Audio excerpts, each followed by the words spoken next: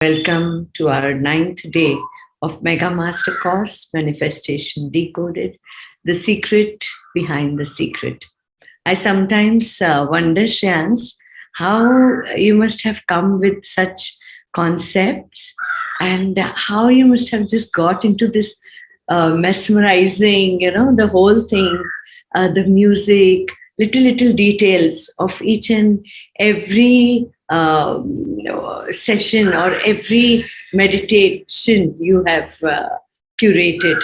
It's just incredible. It's beautiful. Honestly, I also wonder. I mean, I genuinely think that it is like the divine is getting it done, and the right thought, the right music, the right, the whole everything is coming together. The right team, everything came together, and everything is just it's just fallen in place. So I genuinely feel it's not that I am doing it. I'm just an instrument. Yeah. That's such a beautiful thing and so different. I mean, it's so unique in its own way and so special. And I see the comments. I mean, I'm just overwhelmed how people take it, how they feel, and how they respond to it, and how many people are being blessed with it. I see in my case also whatever I've gone through and how I've just come up with this and how I feel so happy. I mean, everybody feels so important. Importance of all the things, whatever you say. I mean, it's just magical. It's so beautiful, and that's reality. And we are away from this reality. Right. Yeah. So yes, today also the quantum physics. What quantum physics teaches us is that everything we thought was physical and physical is not physical. What quantum physics teaches us is that everything we thought was physical is not physical. And when you change the way you look at things, the things you look at just change. So once again, we have this beautiful topic we are waiting for. That once you learn, as you said, and master the rules of quantum physics, you can apply it to your everyday life and raise your vibrations and get the universe to grant your wishes. So thank you, and over to you. Thank you, all the viewers. Loads of gratitude, and thank you for, being here for such, from wherever you are all over the world. It's really incredible. It's so amazing. Thank you. Thank you so much. Over to you, Shreans. Yes, absolutely. Thanks to all the participants from really giving your time and coming day after day. Really immense gratitude to all of you. Thank you so much for your time, attention, and your sincerity to learn, which is amazing. Thank you. So friends, today's topic, I'm going to talk about, rather than going too deep into quantum physics, I'm going to cover quantum physics, deep experiments of quantum physics more tomorrow. Today, we'll go a little lighter today. So I'll share a few experiments, then what are experiments, power of word, power of speech, power of sound, music. I'm going to share a power of intention. So briefly, I'll touch upon all of these. I'll share a few videos so that it makes it a little interesting. And then tomorrow we'll dive deep into quantum physics. So yes, so we can start with the first slide. Friends, Nikola Tesla said, if you wish to know the secrets of the universe, think in terms of energy, frequency, and vibration. If you wish to find the secrets of the universe, think in terms of energy, frequency, and vibration. So everything what you see, as I've told you before, everything is 99.9999% energy and 0.000% matter. So everything is made of energy, and that energy is always vibrating a certain frequency. So that's what Nikola Tesla said. And today and tomorrow, I'm going to go a little scientific on with few scientific experiments, how it really works in the quantum world, how it really works in the quantum field, how it really manifests the reality. So that so there's no mystery. When people say think positive, feel positive, when I'm saying our feelings are equal to prayer, what you feel about, you bring about. So how it really works in the quantum field, that is what we are going to learn today and tomorrow. So that after that, day after tomorrow, we'll start with the topic of manifestation. We'll start with the workshop on manifestation, so that you have the foundation right, you have all the clarity right, and you're coming from so that when you work on it, you are doing it from the state of your own conviction. It is no more about faith or belief that, oh, I'm doing it because this person said me to do it. There's no dogmas around it. It is your own conviction, because you know how it really works scientifically. And so today and tomorrow, I need all your attention. So I'll start with the first experiment. This is by Dr. Masaru Emoto. Kesha, we can go to the slide. This is by Dr. Masaru Emoto. Is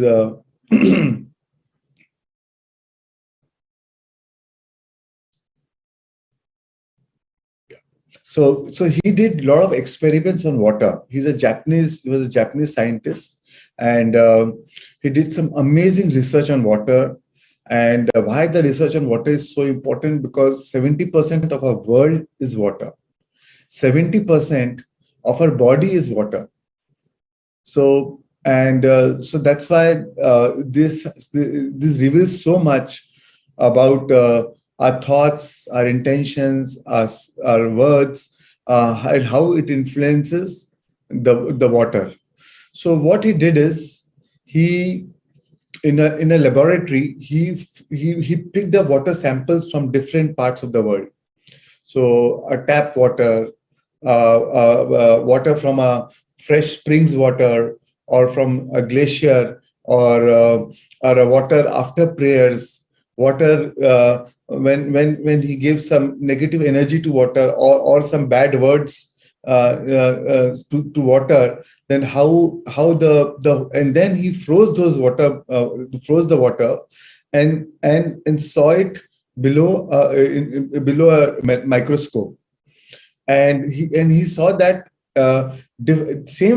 so many times the same water from same source, but when he exposed it to different words or different thoughts or prayers, had a different structure. The water structure completely changed, and again different waters from different places had different structures. So that means water is also water stores memory. Water was so receptive to the environment around it.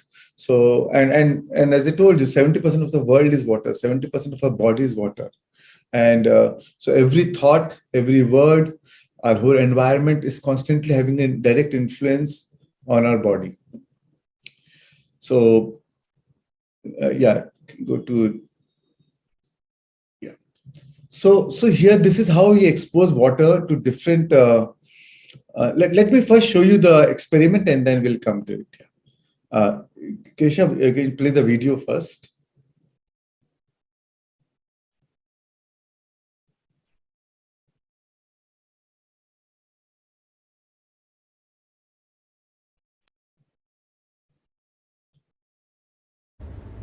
Dr. Emato's laboratory does research on water samples which are subjected to various forms of outside influence.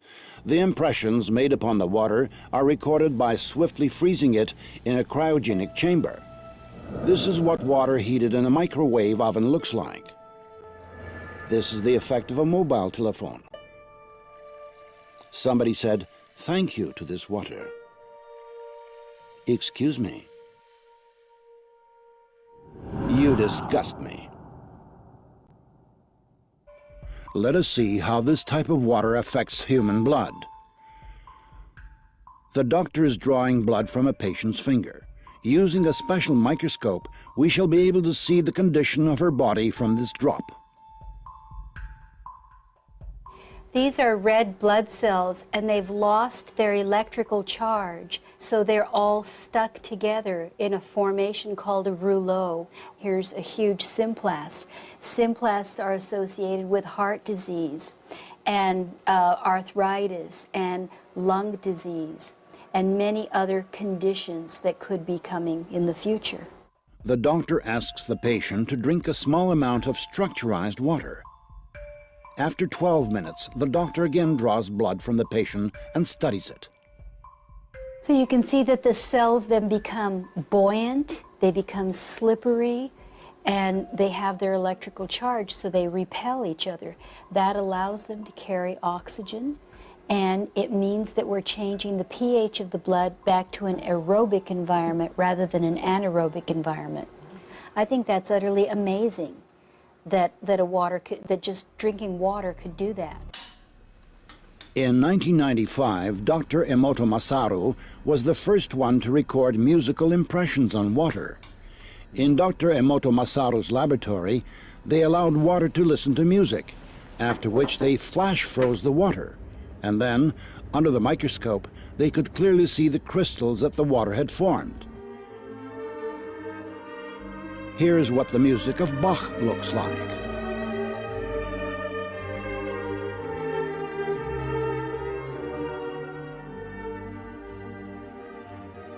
Mozart.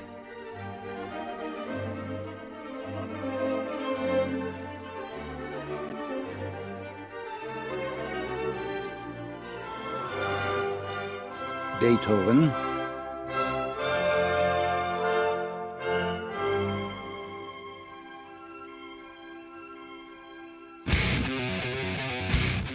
Heavy rock.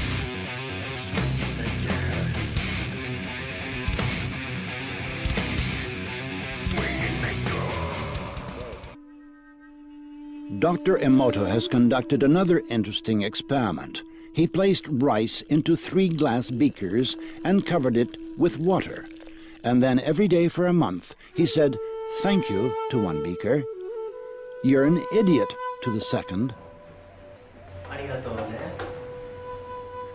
and the third one he completely ignored.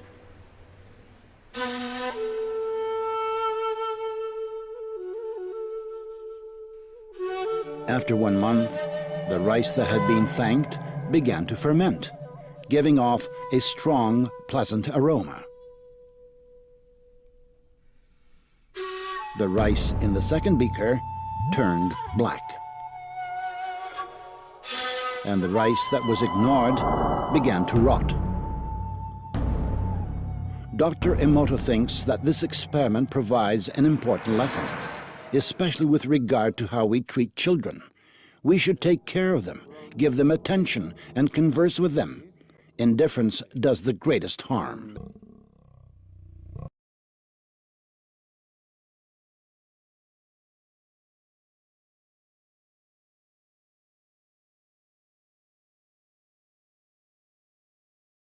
Isn't it interesting?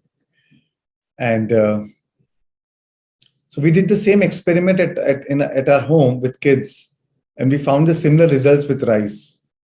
So you can also try it at home and you can see it. So, so friends, Keshav, we can go back to the last slide.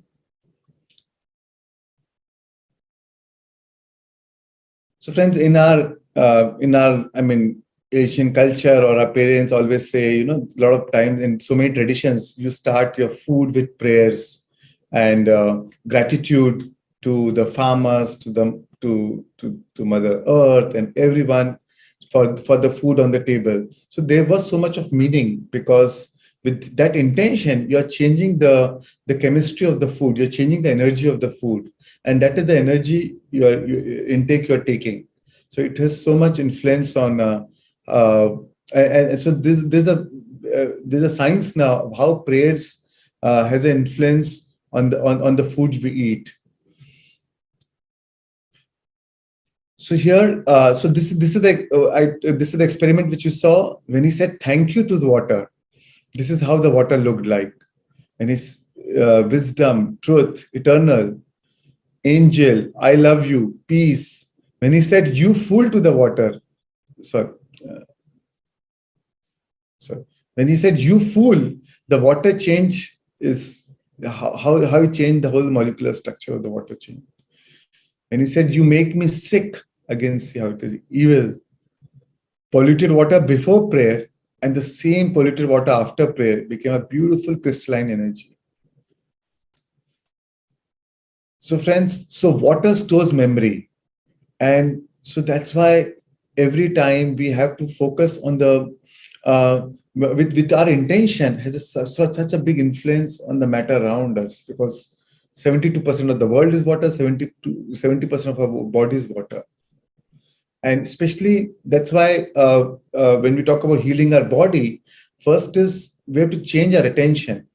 We have to change our attention to wellness and not to illness. We have to focus on how would we feel as if it's already healed, and feel it and go from that feeling. So many times we are so addicted to that pain body that we focus on illness. Oh, I'm not well. I'm not feeling well. My age is catching up, or so the more you affirm it, the more it is okay to acknowledge it, accept it. But then what do you want to be? And focus on wellness. Change your attention to wellness and not to illness. And so many times we keep talking about problem, and we don't we don't allow the solution to come into. So again, focus your attention on the solution and not on the problem. While you acknowledge the problem, you understand the problem, but now give your energy to the solution. A lot of times we spend 90% of the time talking about problem. And the more you talk about the problem, the more you keep it activated in your vibration. So it is time for us to turn our mess into a message. We can use the problems and opportunity to demonstrate how powerful creator we are and how we can transform it, how we can change it. Right? So when you change, Venn Dyer said, when you change the way you look at things, the things you look at change. And this is proven by this experiment, right? Again, I repeat, when you change the way you look at things, the things you look at will change. So it is your expectancy which determines the output. If you expect good results will come. If you expect negative results will come. So your expectancy determines the output. What you resist persists. Most of the time we are in the resistance mode. We are resisting the situation. Oh, this is not good, that is not good. And it not only influences that specific situation, it influences all the other parts of the things we want in our life.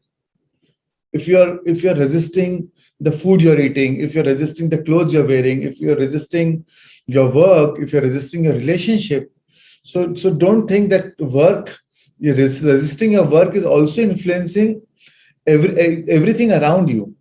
Because the universe only understands the language of vibration.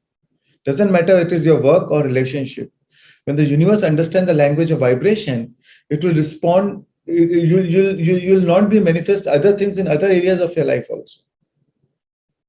So it is about changing your attitude, changing your expectancy, changing your attention, your focus, where you give your attention to.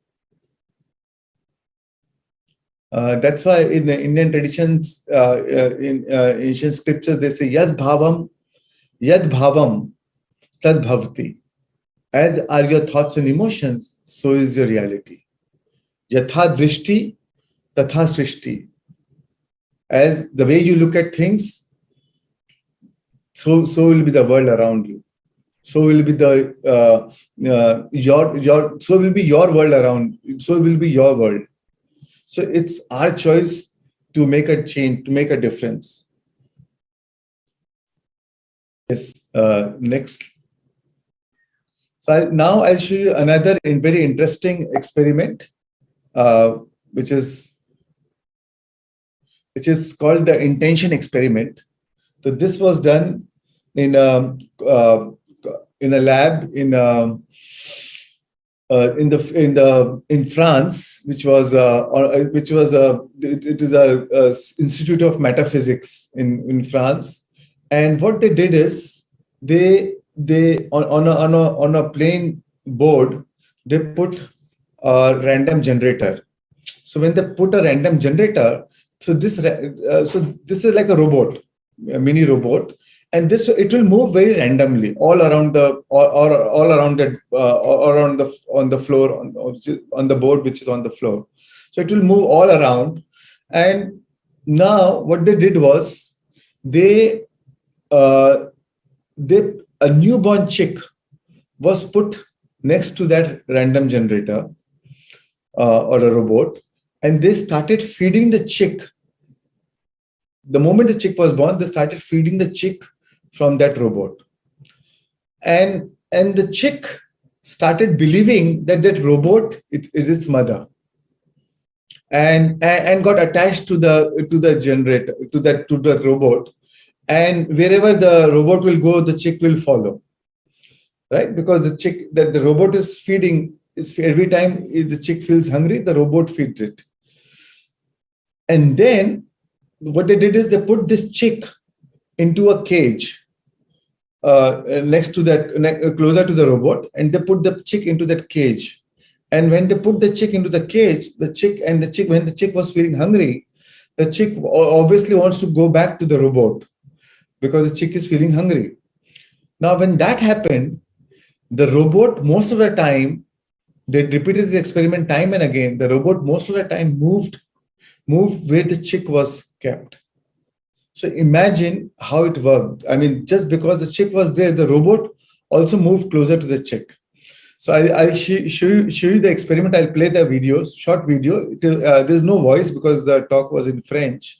So I muted the voice, but I'll explain I'll explain while the video is on. Yeah. So here you can see that small robot. Now it is kept on that whiteboard on the floor. Now it's moving randomly all across. Okay.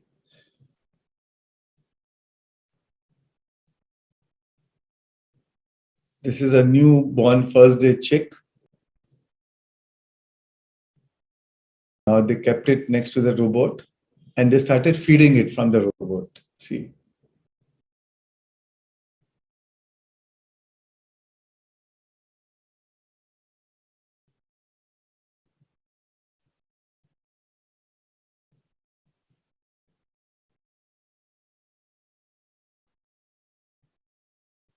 Now, wherever the robot is going, the chick is following.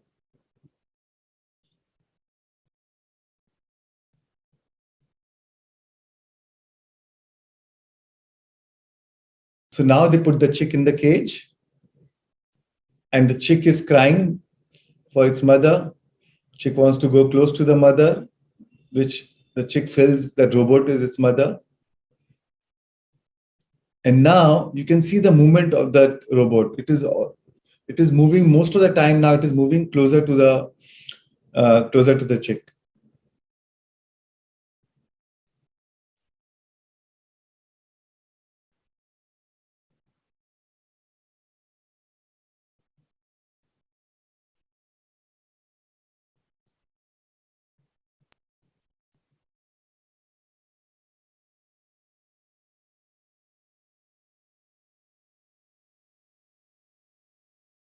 Yeah.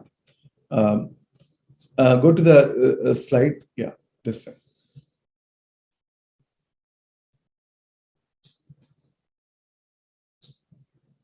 So now here in the slide, you'll see before you can see A. Here the chick was not there, so the robot moved very randomly all across the board. The moment they put the chick in the cage, and so the robot moved most of the time in this part. So this was a very controlled experiment, and they repeated this time and again, and every time, invariably, they found the same results, similar results. So isn't it amazing? And the brain of the chick, the frontal lobe of the chick, the neocortex of the chick is less than 1% of human beings. Imagine compared to our brain, our frontal lobe is 40% size. Our frontal lobe is 40% size of the whole brain, which is the largest as a human species, and which is the largest in any species in the world, is in the universe, is human species, which is 40%. So imagine, and chick's frontal lobe compared to its own brain size is only 1%. And compared to human size is still much, much, much lesser. So imagine how powerful we are as human beings, how powerful our intention is. Our intention has this organizing power. If you have a strong intention, and if you feel that intention, when you marry your intention with your feelings, when you power your intention with your feelings, with your emotions, this is how you can transform things. And if a chick can do this, imagine a thought power of a chick who does not even understand the law of attraction and how the universe works.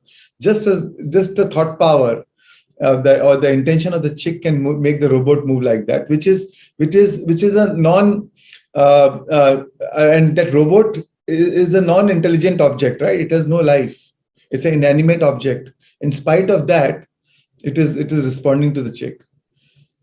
So imagine our power of our thoughts and emotions. And human is 40% frontal lobe. The frontal lobe of human beings are 40%. And next to us is dolphins, which is 27%. Yes. Now I'll share with you another experiment. So now I'll share you a short video, which is of around 9 minutes. Yeah. So this will show you the effect of sound and music. So we have seen in our meditations, I put a lot of emphasis. We put a lot of emphasis on music, because music plays such an important role to transform your emotional state, to transform your state of being, and the affirmations and the words and the music, so that it really transforms you. The whole purpose of meditation is so that when you get up from your meditation, you get up as a new person. You transform your emotional state, your mental state, your emotional state.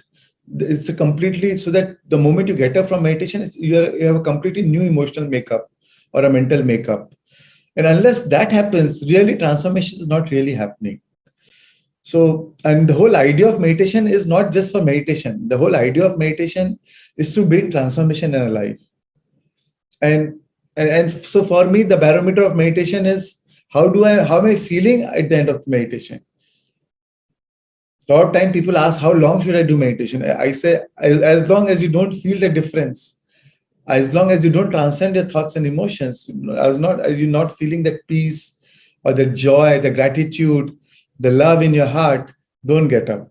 Now that may happen in 20 minutes or that may take an hour. So that is what is more important. It is not really the time. It is how the transformation, how are you feeling transformed? That is most important. And that is the whole purpose of meditation. That's why we're doing meditation.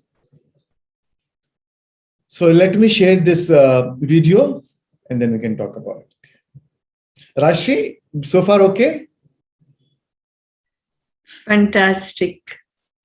Just too good. Thank you. Yeah, thank you.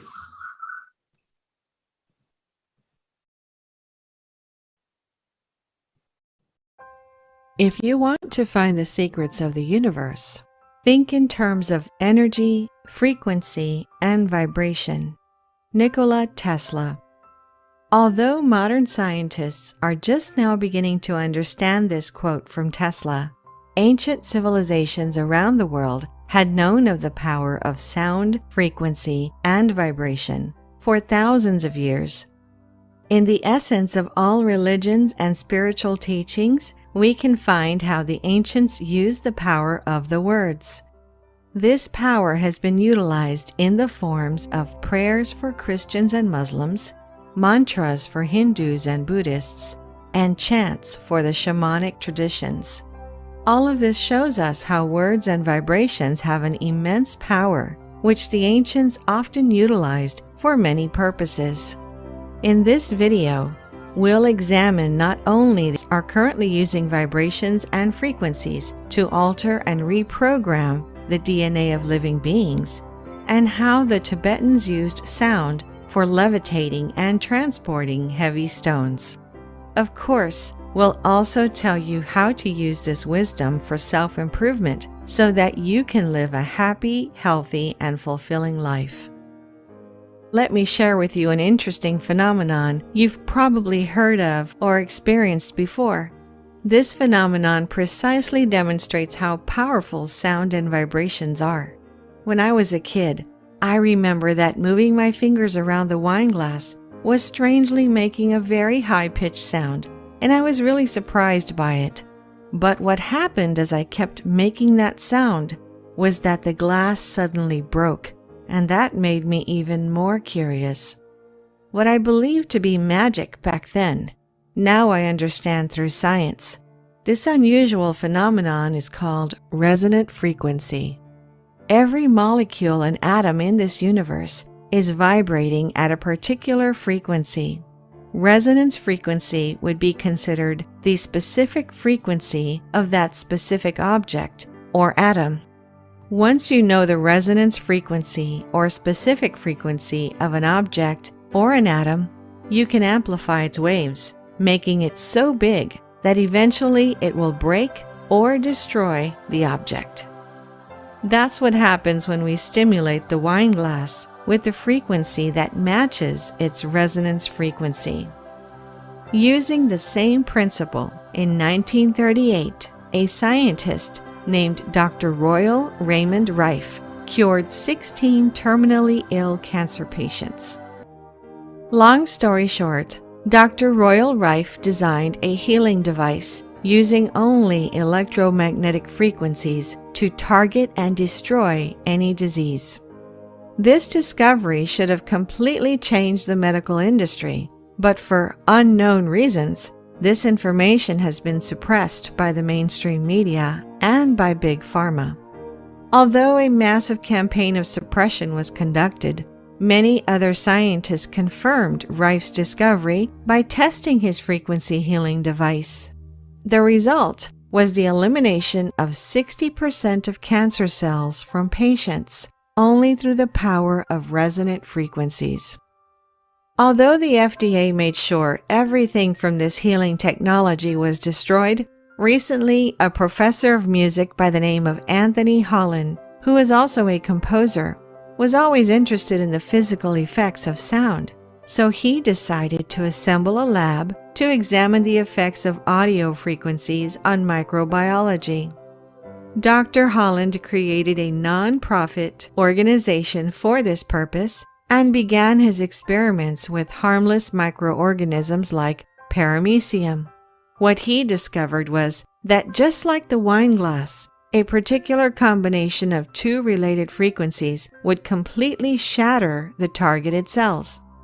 After this experiment, he went out to find out the frequencies that could break cancer cells. After a year of research, just like Royal Rife, he found out the frequencies to combat pancreatic cancer and leukemia cells. In various experiments, he successfully destroyed 60% of the cells, just like Royal Rife did. This is nothing new. Cases of using sound to achieve healing and supernatural results can be found in almost all ancient civilizations. Even today, shamans use different instruments and rituals for different healing purposes. In a shamanic healer's toolkit, the most used and essential healing agent is the Icaros, a sacred song sung by the doctor to the patient to stimulate the natural well-being and health of the patient. This song is also used in spiritual practices with ayahuasca. Now that you understand the concept of resonance frequency, this will enlighten your understanding of the power of mantras, specific instruments, and sound-based rituals performed by ancient civilizations. They are not some voodoo tricks. They are pure science used by the ancients. Besides the applications of this knowledge for healing, there is also evidence of how the ancients used sound, vibrations, and frequencies to carve and levitate heavy stones and objects and use them to build megalithic structures. It's believed the Egyptians had a device that could be tuned to a specific frequency, and with it, they were able to cut massive stones just as if they were cutting butter.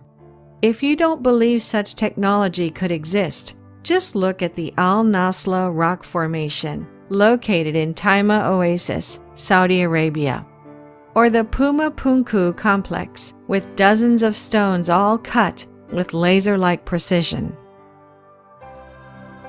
In 1939, a Swedish doctor called Dr. Jarl was brought to a Tibetan monastery to treat a High Lama.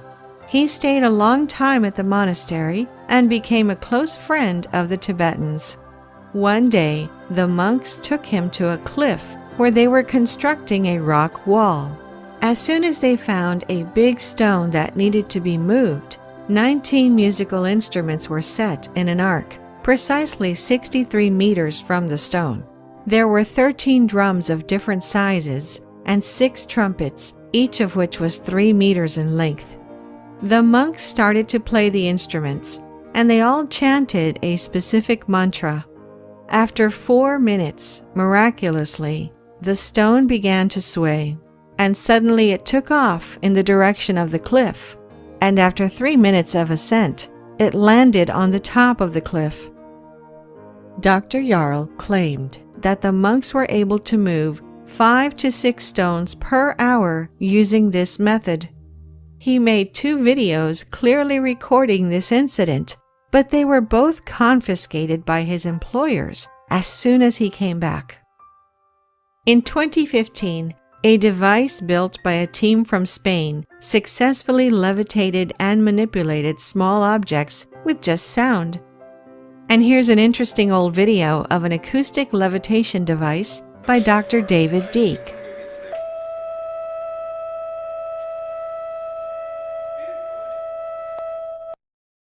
One other recent discovery made by scientists was how sound, frequencies, and vibrations have the power to program or reprogram our DNA. In 2011, the Russian biophysicist Peter Gurdjieff conducted several experiments modifying DNA using only sound and light frequencies. The experiment was outstanding. He and his team successfully transformed frog embryos to salamander embryos simply by transmitting the DNA information patterns through frequency alone.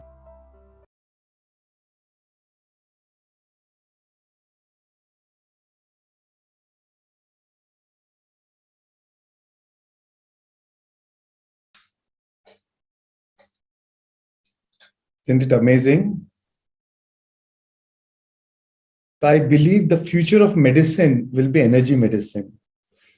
Future will not be, we don't need to take any pills or anything. Just give certain vibrations at certain frequency through sound, electromagnetic frequencies, or through light, soft laser.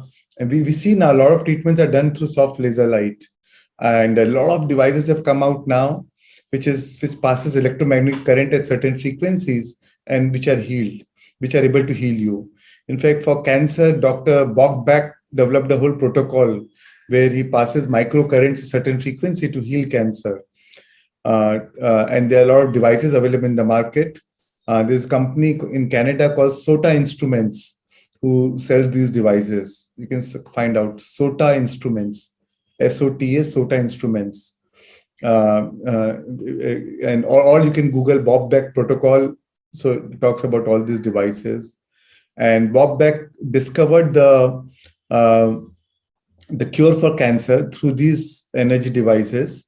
And he made it public. The moment he made the whole technology public, he was assassinated. So there are a lot of conspiracies which come up, and a lot of times they say that the pharma companies don't want these treatments to come out. because there's so much of money involved. So, so it is, so friends, so all this demonstrate the power of our thoughts and emotions, and it is up to us how we, so it is up to us how we want to, how conscious we become of our thoughts, power, words, and emotions. So next slide, I'm going to share with you the power of our thoughts and emotions, the power of our speech.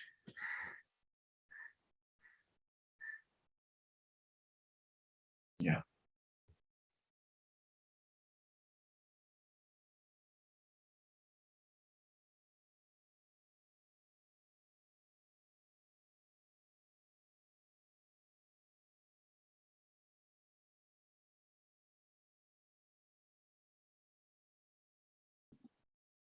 Sorry. Keshav, can you go back to the slide? Yeah. Yeah.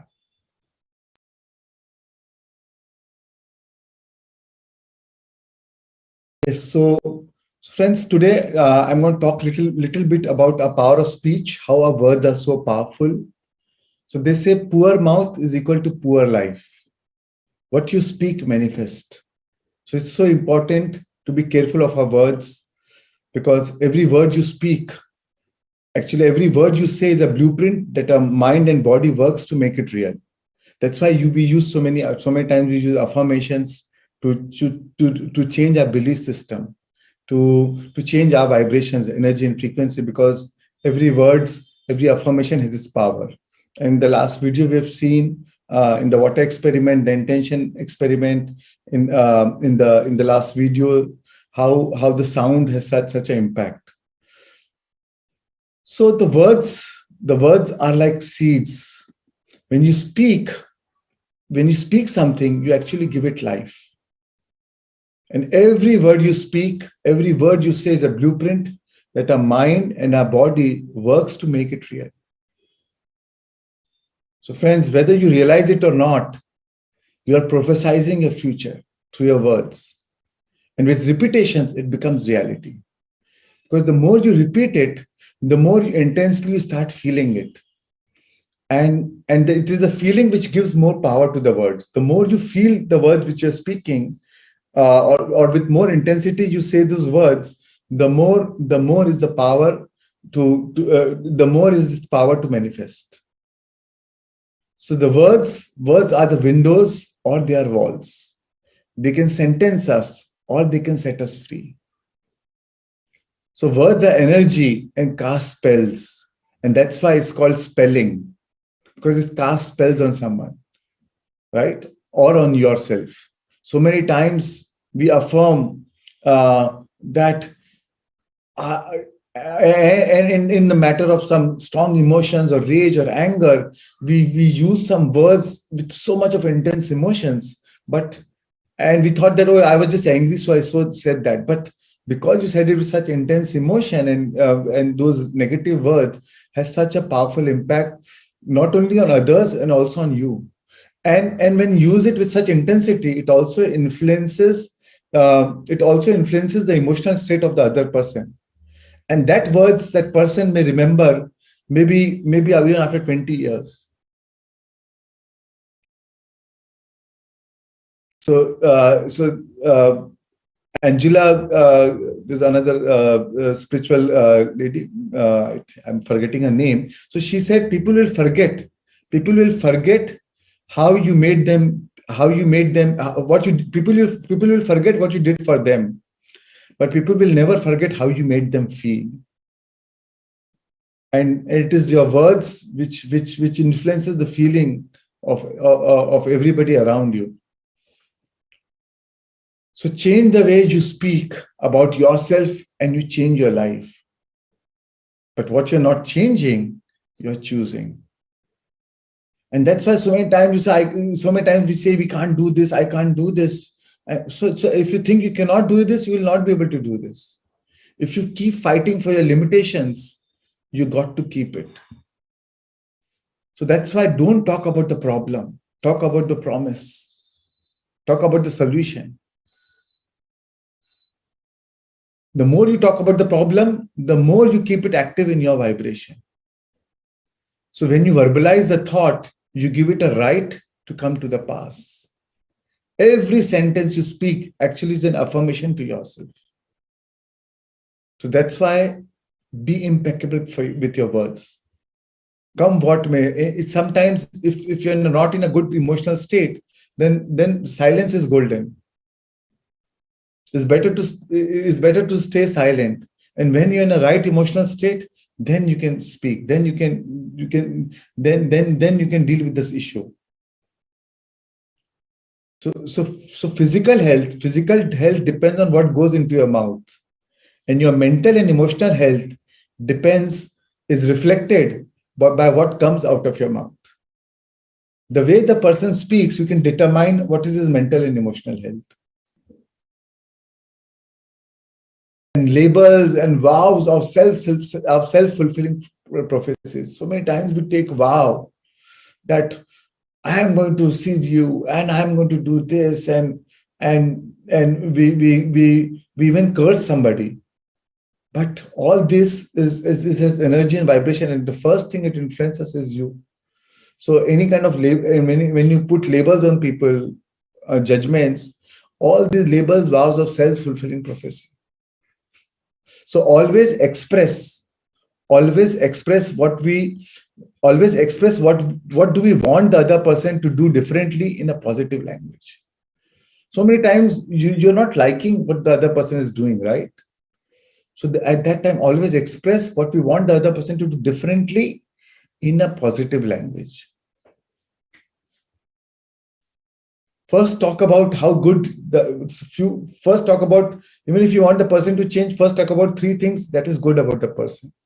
And then say that it will be, how good it will be if this can be done differently. What you appreciates. And they say that only 10% of the conflict is due to difference of opinion. 90% is due to wrong tone of voice. That's what said by Marshall Rosenberg. He said he was I'm going to talk more in the future workshop. He wrote a book called Non-Violent Communication. And where he said only 10% of the conflict is due to difference of opinion.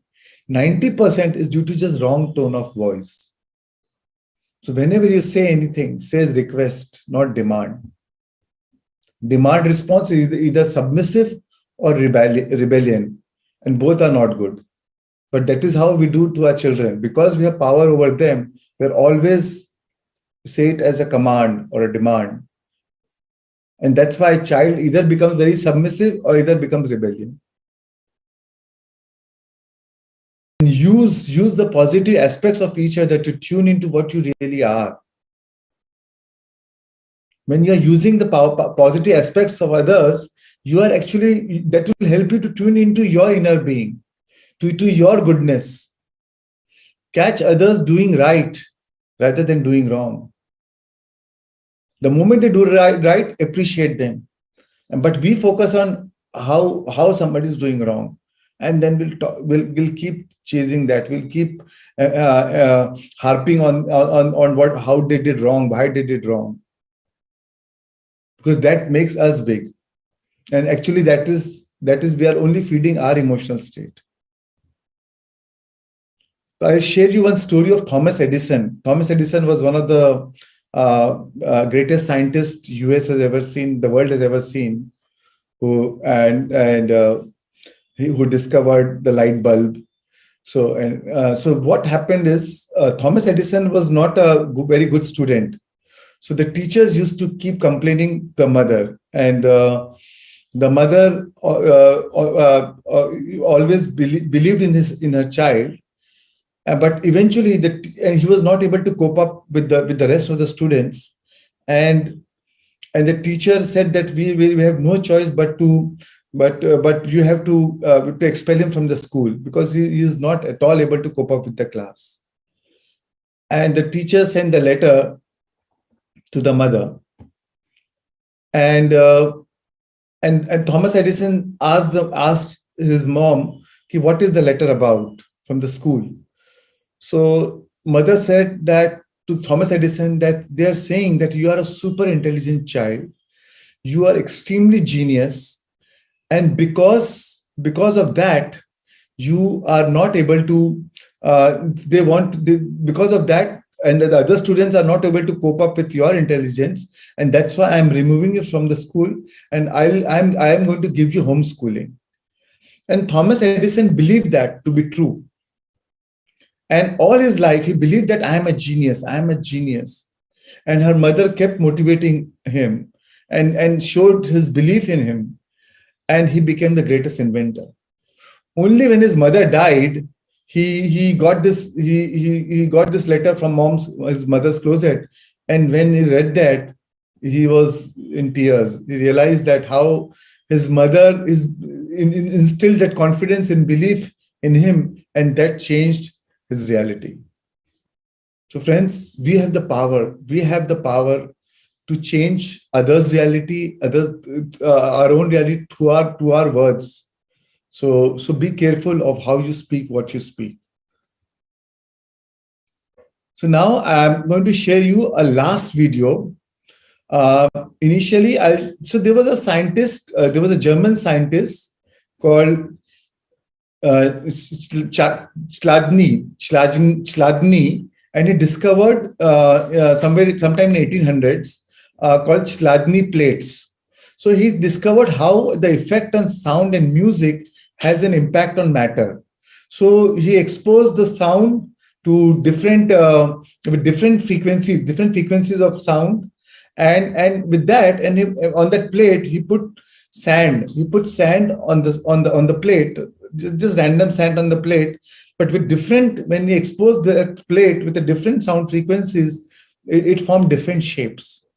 And that is a big revelation and a big discovery to prove that how our thoughts, words, emotions has an influence on the matter, on the field around us. How in the quantum field, how the universe manifests through our thoughts, words, and emotions, through our intentions. So let me share this whole video, and I'll show you the effect of sound on this matter plates, on fire, on different elements, so on water. So let's watch this very interesting video.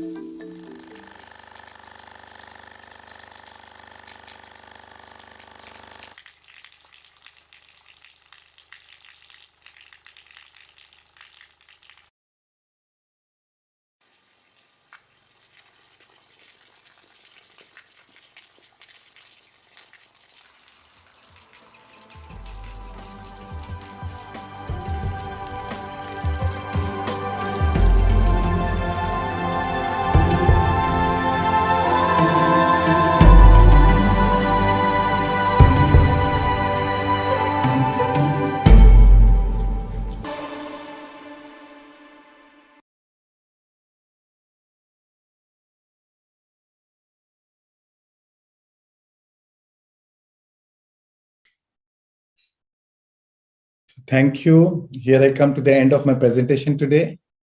And tomorrow, we're going to go deep into quantum physics experiments and how we're going to see a lot of realities, how our subjective mind has an impact, how the objective mind, how a subjective mind has an impact on the objective world, and how our thoughts, emotions actually actually turns into matter. So very, very interesting topic tomorrow on quantum physics. And from day after tomorrow, then we'll start going to the real manifestation workshops. So thank you all of you for your time, for your attention. Thank you so much. Thank you so much. Gratitude to you. And you don't know how much happiness and joy you add into our lives. And this workshop of effects of sound, water, music, all the experiments were just mind-blowing. And this session, this particular class, I think is so much related to our day-to-day life, how we speak, what we can derive from speaking right words or affirmations to the people surrounding us or the children, which is so important that I loved it. That how we can just, make a bright future and a bright world in front of us by just these little, very natural things what God has blessed us with. And it's just amazing. I'm like, today's class you said was intense, but for me, I thought it was the most simplest, the most important and most impactful class. Tomorrow will be a bit intense. Today was a little lighter, so today was fine. Tomorrow will be intense. So be ready for tomorrow. It's so nice. It's so practical. It's so real. It's so nice. And wellness to illness, feel to heal, mess to message, problem to solution. Only the words, thoughts, and feelings does it all. It's magic. It's so beautiful. Request, not command. It's so nice. Just gratitude for such wonderful sessions, for showing us the truest path, the path, the reality of our own self, I would call. And fantastic. Thank you so much. And we move towards the Q&As. I just can't get over this session today. It's been wonderful.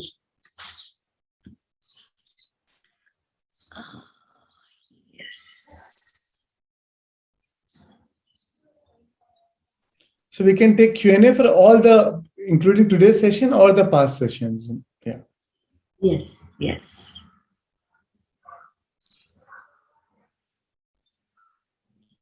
Sunita ji Kulkarni. Excuse me. Yes, Sunita ji, please go ahead. Unmute yourself.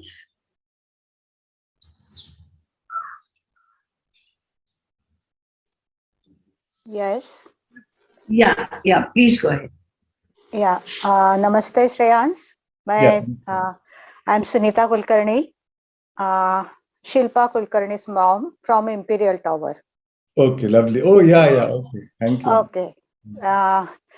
Me and myself, my husband, we both are in California now and joining your class from first day. Wow, thank you so much, Auntie. Thank you. Yeah, before that, I have done 2 workshops for you and I have 2 questions. Myself, I'm 72 years old. Right. And my husband is 78 years old. Right. So, first of all, thanks a lot for everything. मेरा जो question है आपके लिए वो मैं शुरू से सुबह उठते ही थायराइड की पिल लेती हूँ. उसके बाद में बीपी है, कोलेस्ट्रॉल है. लास्ट 2 इयर्स से मुझे पाँव में ब्लॉकेज हो गए थे, तो उसके लिए ब्लड थिनर भी मुझे लेना पड़ रहा है। तो ये हो रहा है कि 20 साल से आज तक मैंने स्लीपिंग पिल भी मुझे लगती है और उसकी आदत हो गई है। एक पिल लेते ही मुझे नींद नहीं आ रही है। मैं सब कुछ करती हूँ, इसके पहले भी मैंने लॉ ऑफ अट्रैक्शन के कोर्स किए हैं, ग्रैटिट्यूड की डायरी लिखती हूँ, अफर्मेशन लिखती हूँ, होपोनो भी करती हूँ, पर इतना सब करने के बाद भी मेरी एक भी पिल नहीं छूट रही है। तो मुझे आपसे कुछ टिप्स चाहिए, क्योंकि ये विश साइकिल है। अगर मैं सोती नहीं हूँ ठीक से तो मुझे दूसरे दिन बीपी बढ़ जाता है। Right, naturally. हाँ, तो उसके लिए अभी कल रात को मैंने सोते समय भी आपका सेकंड डे का मेडिटेशन कर लिया था। तो उसके बाद में मैं और भी ज्यादा एनर्जी पा लेती हूँ। मुझे समझ में नहीं आ रहा है कि नींद के लिए मैं क्या करूँ और कैसे मेरी एक एक दवाई कम करूँ। Right. So I would encourage you to do a sleep meditation before you go to sleep. We have a meditation for sleep also. So I'm going to cover that topic also a little later in the coming workshop. But a lot of times when we are going through these chronic illnesses and which we have been taking medicines for years, sometimes it might take little time. It might take some time because your body is addicted to those chemicals now. And by taking, say, suppose thyroid medicine, now the more you take the medicines, the more we lose our own capacity to produce thyroxine. But that time we didn't know any other choice, so you had to take it. Now we have to regenerate the thyroxine. It's not like how are you going to heal? By if your thyroid restarts generating thyroxine, then only can you go off the medicine, because your body still needs thyroxine as a hormone to balance your body, as a hormones to balance your body. So we need those hormones to balance our body. So this process can be gradual, but even then, if you are meditating and doing these practices, at least you will not have a side effect. And slowly you'll start tapering it. And I've seen so many cases with meditation and breathwork who have healed the thyroid completely.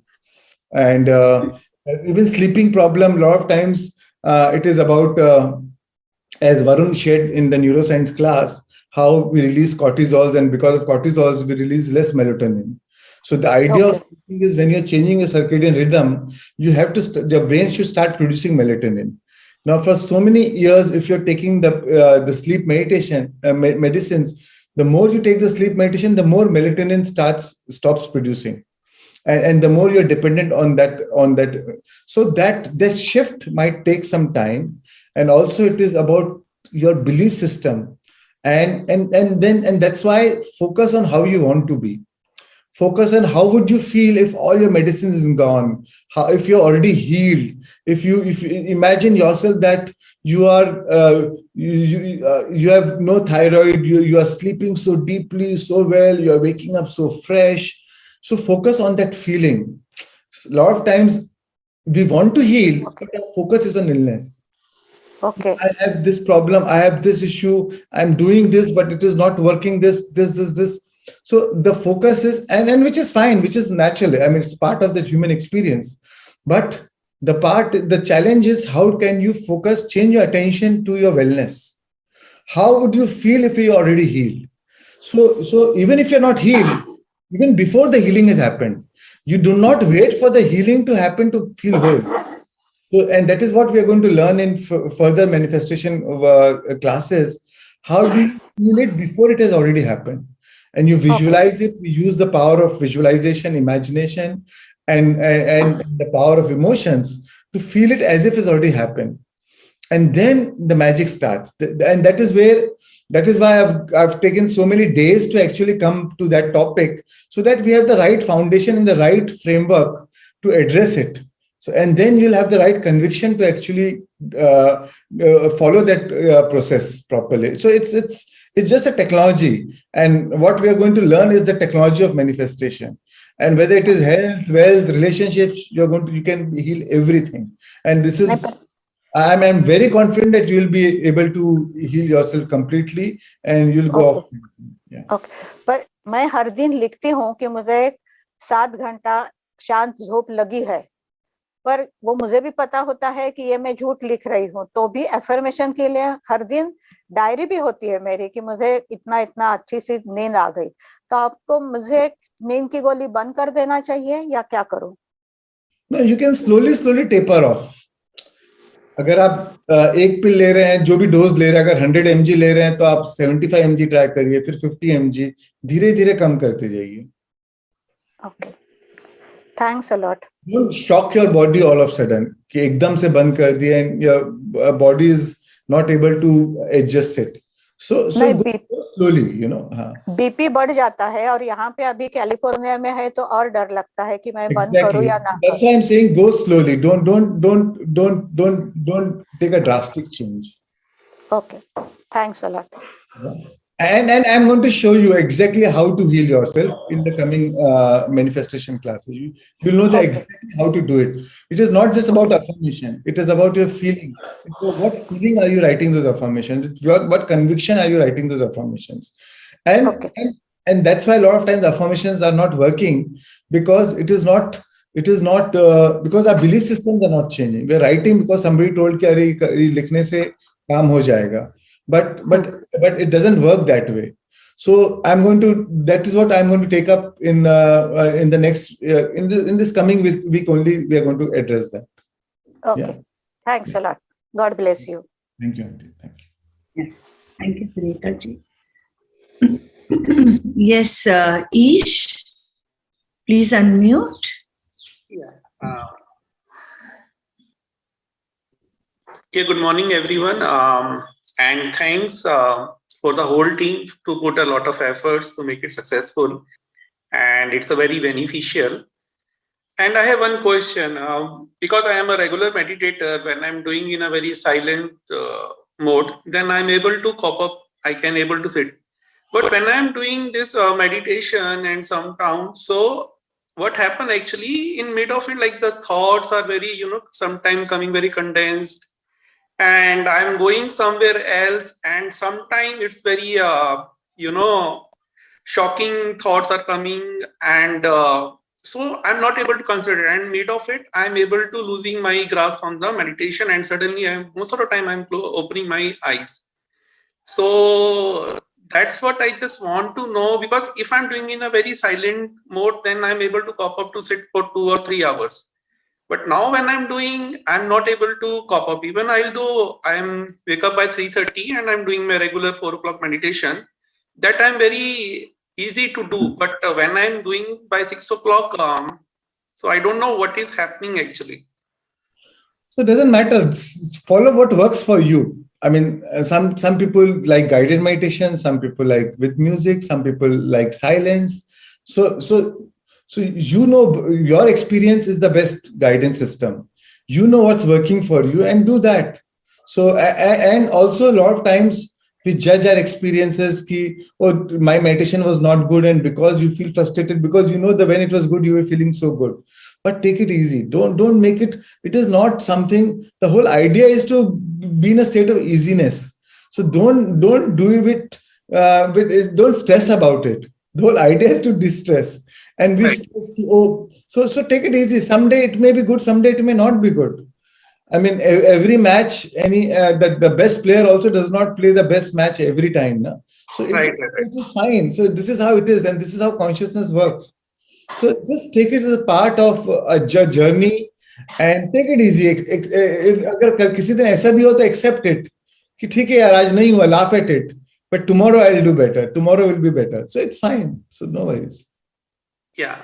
And yesterday I was not able to join, but after that I joined through YouTube, and that chakra meditations I did twice a day, and it's a very awesome meditation, and the way you put the rhythm, everything. So it helps a lot to me during the evening time when I just finish my work and just want to going for a relax. So that chakra healing, it's very nice, well organized, I can say, that whole meditation. although I spent 1.5 hours, I didn't realize like I spent more than 1.5 hours. So that is a very nice meditation. Thank you. Thank you. Thank you so much.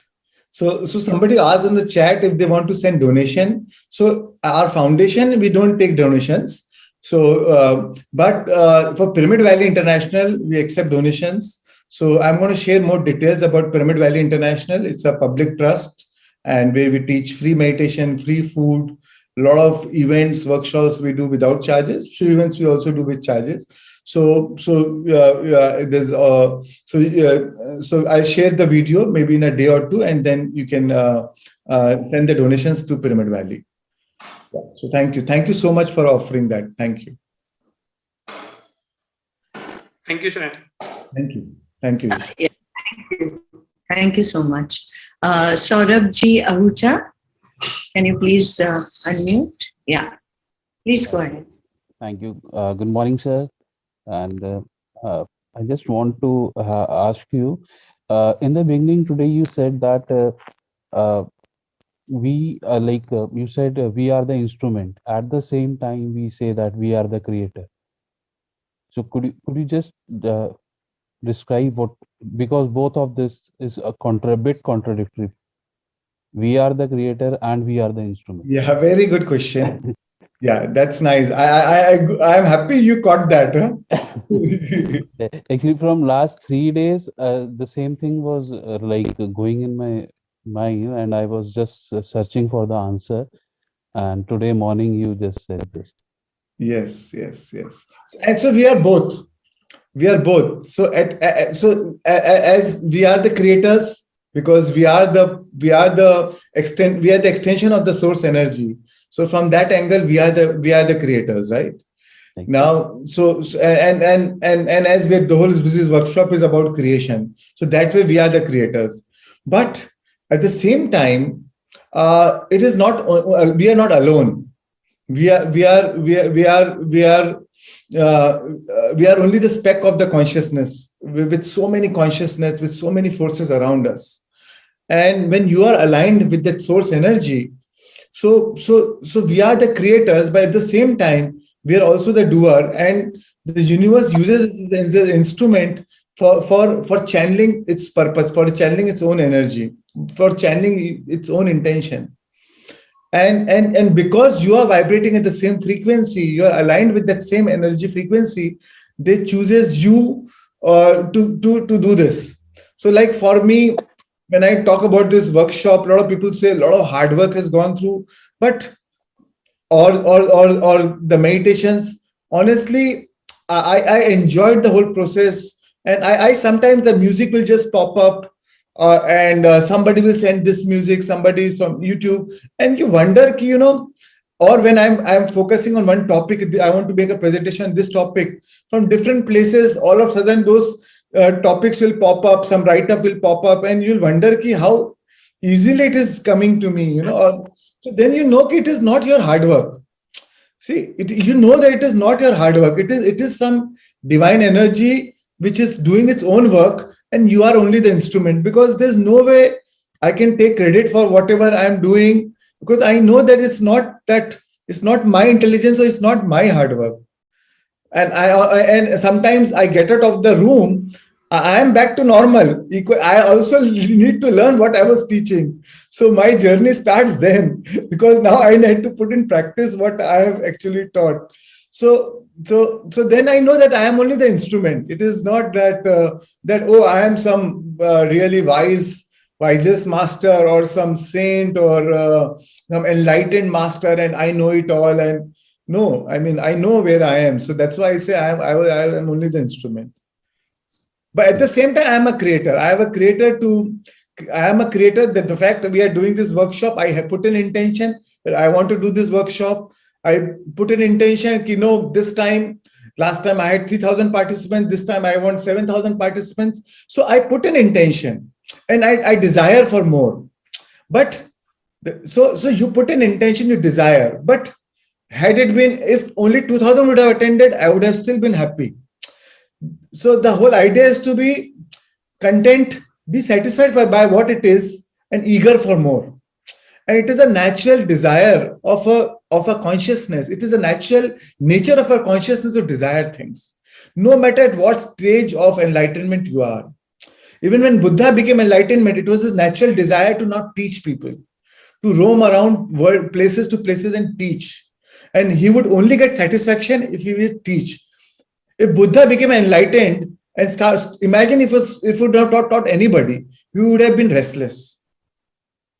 So it is, and that gives you satisfaction. Satisfaction comes from only one thing, and only one thing. When you're moving in the direction of your desire, which is in alignment with your inner being.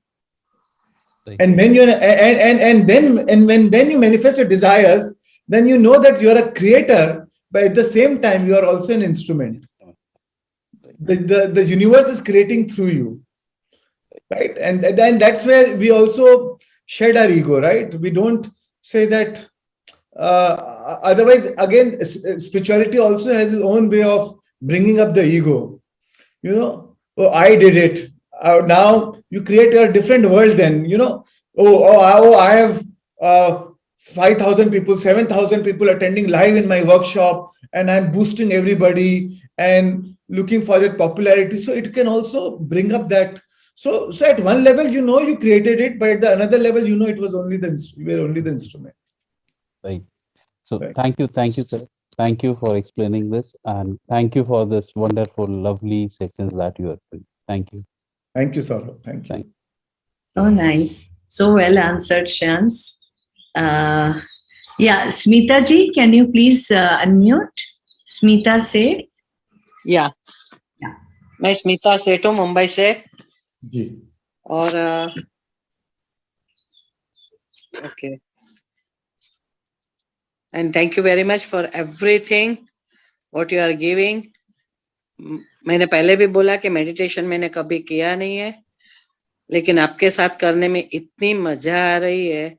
I am enjoying, I am energetic also, feeling energetic and feeling means forgetting my age and doing all the things. I like it. Thank you very much for everything. My question is that के जैसे words and sound की हमने बात की, तो उसी तरह my grandson is like that कि he's so mischievous and he's so talkative. पूरा दिन कुछ ना कुछ बोलता ही रहता है. And how to control when he's taking lunch or dinner or anything, उसका चालू ही रहता है. I'm telling him always कि भाई शांति से खाना चाहिए, लेकिन he doesn't never listens to me. And TV देखते देखते कोई भी स्पोर्ट्स चैनल देखे इतना एंग्रोस हो जाता है कि खाना भी भूल जाता है. Then now how to treat with him, treat him. उसको कैसे समझाया जाए या कैसे बताया जाए, we don't understand. और आज के बाद जब हमने ये देखा वीडियो, तभी तो मुझे लगता है कि I have to make him understand. मुझे उसके लिए कुछ करना चाहिए. What right. to do? Right. So just a minute, please. And my second question is that it is about me. मैं जब रात को सो जाती हूँ तो समझो एक थॉट मगज में दिमाग में आ गया, तो वो पूरा दिन पूरी रात लाइक अ कैसेट रिवाइंड फॉरवर्ड होता ही रहता है. बंद हो गया, अगेन रिवाइंड होके पूरा वही समझो कोई गाना याद आ गया कि कुछ भी, तो पूरी रात उससे वो मेरे दिमाग में घूमता ही रहता है. For that, what I can do? Right. So I'll come to your first question, and I'm going to cover that question much more deeply in the future workshops on relationship. Okay. And children. I'm going to cover a specific topic on children also. But so you have to also have the balance. See, as a child, sometimes they don't know what is good for them, but at the same time, they are very intelligent. They are very energetic. So and especially with nowadays with video games and TV. So we have to limit their time so that they don't become addictive to those patterns. Right? So right now the neural nets are forming, and so as a parent, it is also a responsibility to make sure that they don't become addictive to those patterns. And a lot of times these video games are so violent and they don't realize that it is addictive and it is harming them. So that is where you need to we need to balance that by making a limitation of time, what kind of games they are playing. So decide that, okay, I will not allow you these games. They may throw tantrums, they may feel bad, but do it in a nice way. No, don't do it with a state of anger and punishment, and do explain it nicely but firmly, and take a firm step. So that is one thing. But in a very, even if they are throwing tantrum, that should not disturb your state of mind. They will throw tantrum, and you know, okay, it is fine. So again, try to explain them in a nice way, positively. So and they may throw for some minutes, for some hours. Eventually, they'll be nice and peaceful, and then they'll again start finding some other way of playing things. And that time, when they're in a good mood, when they're in a receptive mood, then explain them nicely. So one is that. He's only 6-year-old, sir. Yeah, that's why they don't know what is really right. But having said that, being mischievous, being fun-loving is good. I feel that's a sign of a leader. So don't worry about it. Enjoy that. We need to learn from that. We need to be fun-loving. We need to be mischievous. We don't need to be so serious in life. And spirituality does not mean seriousness. Enlightenment, the more enjoyment. Okay. And what about my second question, sir? So what was so second question is, once you repeating.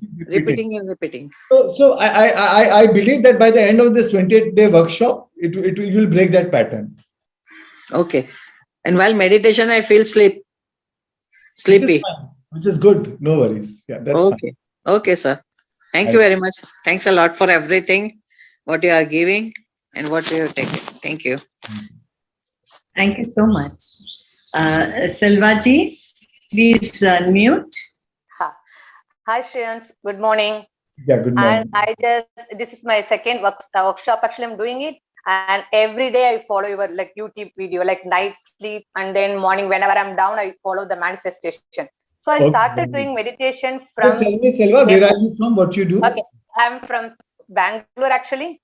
I'm working as a design engineer in a petrochemical company. Lovely. So I've also attended this Buddha CEO, also this 40-day session. Also, I attended it actually. And I read the book suggested by the book club sessions. So the question over here may be asked by someone else also. I'm doing the meditation from last April. Almost morning every day, 1 hour, and evening, night, 1 hour I do it. In the weekends, I do even 3 hours, 4 hours also I do it. Like in the afternoon, 1 hour, like whenever I get time, I used to sit. But thing is, like, still, I'm not able to control my thoughts. My thoughts are so much that I'm not going to that thoughtless state. One is that, and also I'm trying to manifest something, like I have some knee pain or some ailment I'm trying to do. So it's not happening. So what is happening is sometimes I'm feeling very demotivated, saying that, hey, I'm doing it every day, like not even leaving single one day, but why I'm not feeling? But I'm always trying to be a positive mind person. And I always think that day also, like, okay, this has happened in my life, so I'm so grateful for that. I used to think. And other thing is, like, I tried to make my friends to join, but the question was faced for me. Well, I faced was like, then why don't you like get your problem solved? So when you're able to not solve that, then how can you make us to believe that meditation helps us that? Even though my mom was doing it for a month, now she's not ready to do it. She was telling first to heal your knee problems, then tell me. So I'm like, kind of some days I get more demotivated, but still I'm so persistent to do it.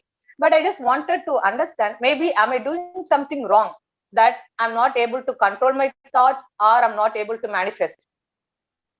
Right.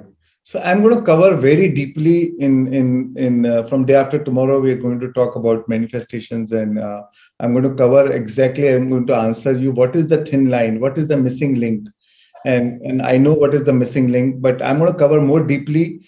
But just briefly, I'll answer you that we become so obsessed by physical manifestation. Okay, only when physical manifestation will happen, then you'll be happy. And the whole challenge is the reason, and so my suggestion is leave your obsession with physical manifestation. Focus on emotional manifestation. And stay in that feeling. Now, once you get up from meditation, you feel so whole and you feel so complete, and you feel so you don't even care now it will happen or not. So idea is to reach that state. Drop the resistance with the present moment, and drop when it will happen, it is not happening. Because the reason when you do that, then again you're in a state of resistance. We know what we want, but then again we focus on what we do not want, or why it's not happening, why it's not happening, why it's not happening. The whole purpose of meditation and these manifestation techniques is to transform the present moment. We don't wait for that thing to happen so that we feel good. We are not waiting for the condition to change so that the emotions changes.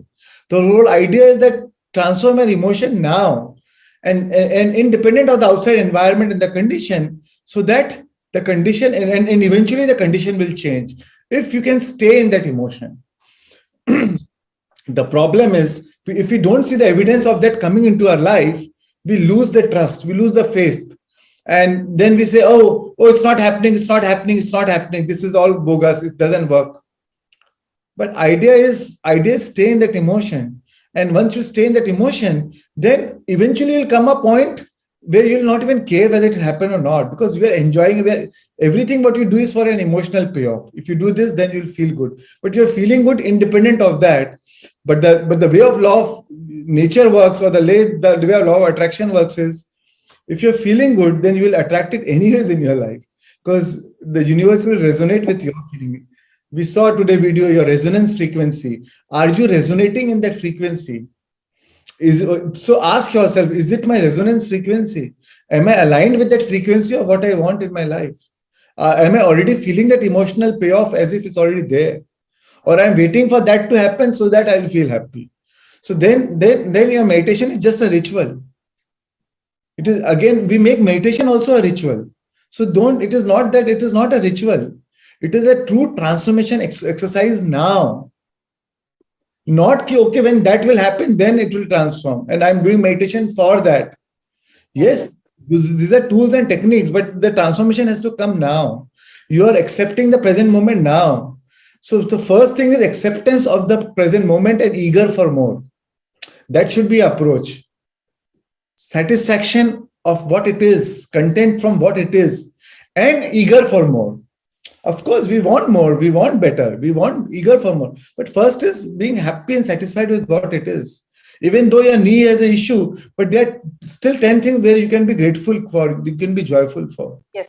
People who don't have limbs and they have still made an amazing life. I'm going to share one video in the coming workshops. People who are going through so much and still they live an amazing, they are still so happy. So find happiness now. And then you will find things which will resonate with that happiness and which will produce more happiness to you. And one more thing is, like you were saying that at transcendental breathwork session, like epilepsy people, like not to do it, because you said even the other session also, like you want them to do it when you are there physically. When you do it virtually, you don't suggest them to do it. Like, can I understand like why you say that? Because during the session, if you get an epilepsy episode, there's nobody to handle and to guide you, so it can become a traumatic event then, in fact. Okay, so in that case, if epileptic person does that breathwork session but they were feeling good, then they can repeat it. Yeah, because they can but they should always do in the presence of some family members. If for any reason they get that episode, for any reason, at least they are being taken care of, and they also feel more safe and comfort, and they also feel more confident that they know okay, somebody's around you. Okay. So, and the one more thing is, like maybe my last question. So when I get up in the night, now I'm more cautious. Like eventually, like I remember, like before April, whenever I get up, I don't know, I get up, I don't even remember when I get up.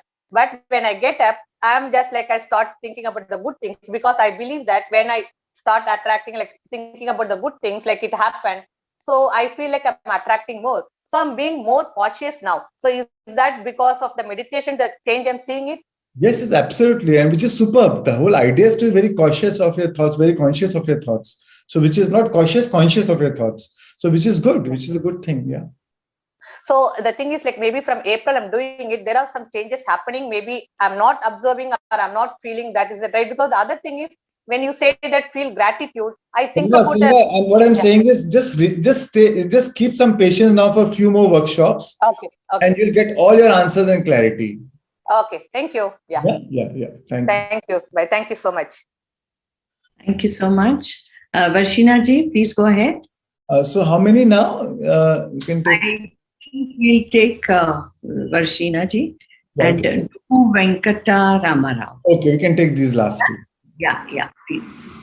Thank you so much for including me today to ask the question. Since past 3 days, I've been raising my hand, but I'm being unnoticed. I don't know why, but I thought it was from my side. There's something wrong, but I really don't know. But today I've got a chance. I'm so grateful to you, Rajshri. Thank you. Varun, you are partial to you. See, I am better than Varun. See. Thank you so much, Shreyansh. The meditations, the sessions are amazing. They are just out of the world. And to get into this class, you won't believe, the whole night I keep watching the watch. After every 1 hour I'm getting up, my subconscious mind is trying to tell me, look, don't miss on the session. I get up at 2, then I get up at 3, then I get up at 4, and due to which I'm not getting a very good sleep. But because I'm being in the same boat. I'm being greedy by thinking no, not a moment should be missed of the sessions. And my question, where are you from? What you do? I am a therapist, and I am an army wife, and I am from Panchkula. My husband retired last year only, and from the army. And I have done angel healing course. I am a Reiki master, and I am a Sujok therapist. I have been treating people whatever way, best possible way. But due to COVID, now my clinic has closed, because everything is to be done on the hand, the seeds, the magnets, the colors. Right. So due to that, now I'm sitting at home, but I am learning new modalities to improve my qualification through online classes. Lovely. And this is a bonus to me, where I came to, I have come in contact with you through online classes only, and it is a blessing. It is a blessing for me to get in touch with you people. And my question is that 2 days back, Varun had taken a class on neuroscience. Yeah. I want to know that he said that whatever memory we create in our brain, that gets carried to the next birth also.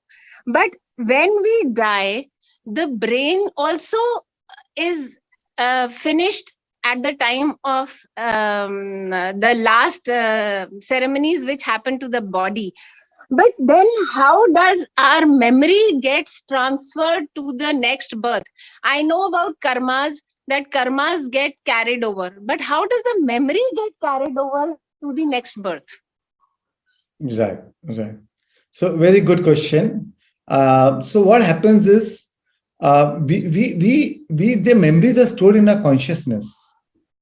Okay. Not in the physical brain. It's not about the cranial brain, or if you do the operation on the memories or events stored in the brain, right? So this is the memories are carried through our consciousness. When we vacate the body, in our consciousness we carry the memory, we carry the memory, and now with that's why with past life regression we can access memories of so many lifetimes, right? So that's how we carry memories, and also it is there in the Akashic records. Everything what has ever happened, not whether it is personal to you, even your personal things are carried in the Akashic records, or even the universal things. Everything is carried in the Akashic record. It's like a cloud. You're storing your data on the cloud. Yeah. It is also stored there. and a lot of times we can tap into those records and download so much of information which we have never known ever before. So these are all tools and techniques, but from the consciousness perspective, we store all the energies, all the memories of our past, everything which has ever been happened. We have a power to tap into that, and because it's already there. And same way from the universal also, because with the Akashic records, everything which has ever happened can be tapped into. Ji, thank you so much. Energy can never be created or destroyed. So it's always there, you know. But जैसे कि हम in our past life regressions, when we undergo that kind of therapy, there are many times when one wants to take a patient back to the problem area where he has taken on that problem, and we want to remove it, but they don't remember anything. Then how does this Akashic memories and records, how can we take it out from them then? But you know something, we don't need to worry about that. Past life regression is one tool, but it's not like if they don't go back to that memory, they will not heal. That is one tool for healing, so that once you relive it and understand that, oh, it was and you relive it, you relieve that emotional charge around it. That's true. So suppose we died of suppose I died of drowning in water. Now in this lifetime, suppose I have a fear of water. Now the moment I go to my past life and see that, oh, I was drowned in water, and while drowning I was carrying that fear of water, that emotionally I felt that in emotion so intensely. So when my soul stripped my body, I'd carried that in my cellular memory, as an emotional charge in my consciousness. And today when I am born in this lifetime, I have a phobia of water. And that's how we see people have phobia of water or fire or with pets or heights. So different phobias, right? Or some closed spaces, you know, or flying. So a lot of times we carry this memory from your past life or from any traumatic event which has happened in this lifetime. So, I agree. Yeah, but when you tap into those memories, and once you realize, I never died actually, my life continued, the soul never dies, then you consciously process it. No, it was so stupid to feel fear of it, you know. That event was, as a spirit will never dies, you know. We are spiritual beings having a human experience, and we live forever. So once you gain that experience yourself, then you release that emotional charge, and the moment you release that emotional charge, you are healed. Then you are no more have a phobia of water or whatever it is, you know, enclosed spaces or heights or fire, whatever. So it's a tool. Now you can heal that without even going into that past life. Through meditation, through breath work, you can you subconsciously, you don't need to know it to release it. You can these are just trapped in our emotional charge. When you raise your vibrational frequency, when you raise the vibrational frequency of your consciousness, of your body, of your cells, these emotions, all these emotions has a vibration and frequency. And that's how they're and they're stored in our body. But when you raise your vibrational frequency, or anything which is vibrating at a lower emotions will not find your body, your consciousness as your safe home. Then they will release. They'll be released from your consciousness and from your body. And once that is released, and then you don't need to know that what was it. Without knowing, it will be released. And once it is released, you are healed. So, and that is the whole beauty of we trust the universal intelligence. We don't really need to know what it is, you know. Everything we don't need to know. Like today we are enjoying electricity, or you are enjoying a mobile phone. Now you don't need to know how the mobile technology works, what are the components in the mobile phone, and then only when you know all that, then only you'll be able to talk. So that's why it is the technology of consciousness. At the end, everything is energy, frequency, and vibration. So change your vibration, change your energy, change your frequency. That's it. problem solved. I mean, you are there, you know. It has happened with me, Shreyans, that since my childhood, in my subconscious mind, I used to always dream of that I'm falling off a mountain and many boulders are falling on me. But Yeah. when I did Reiki course, I gradually started healing myself unknowingly. And after that, I have never got that dream again. Absolutely. I don't know what is the connection between that. But I personally feel that Reiki has helped me in getting out of that fear of height. Though I'm still scared of height, no doubt. But that dream often which used to come has gone now. See, that's why I tell you, focus on wellness, not on illness. Ji, absolutely. I totally Changing your agree. vibration, focus on changing your vibration frequency. Focus on changing, on raising your vibration, rather than saying, "Oh, I had this and this was my problem," and then keep focusing on problem and, "Oh, I am like this. Maybe in my past life this happened, and that's why I am like this." So many times people go to their past life and they use it as a tool to reaffirm why they are like this, and then they reaffirm it more and more, and then they don't want to change. True. So everything is a tool, but how do you use that tool is also your choice. Ji, I've seen absolutely. so many people who have accessed so many past lifetimes, but I don't see any transformation, because they say, "Oh, I am like this because this happened in my past life." But the whole purpose of accessing your past life was to do the transformation. Release your fears. Release your fears. That is the main to purpose. understand that we are eternal beings, but if you do not, but again, it is your choice if you want to take that understanding or not. Ji.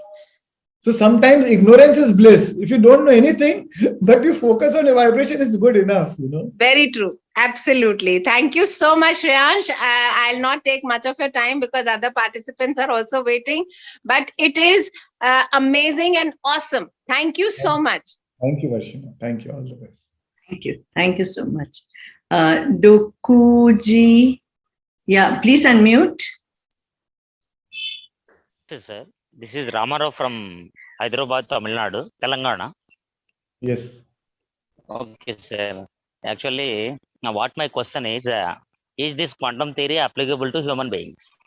To? Human beings. It means here, it means in today's video, you have shown so many experiments are conducted on non-living things only, except one chick. Okay, sir. Except one chick. So, is this quantum theory? It means here the stones also can be moved by using with the help of some musical instruments by using it. But in this material world, are human beings?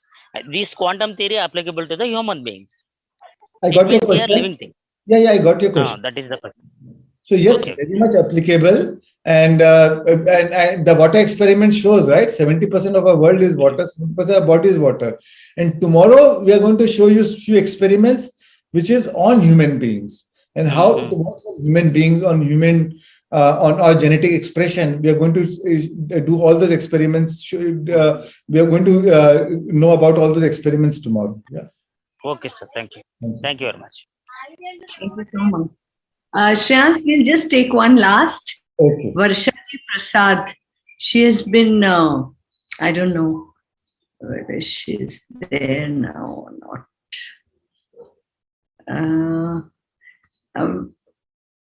Yeah, Varshaji, please.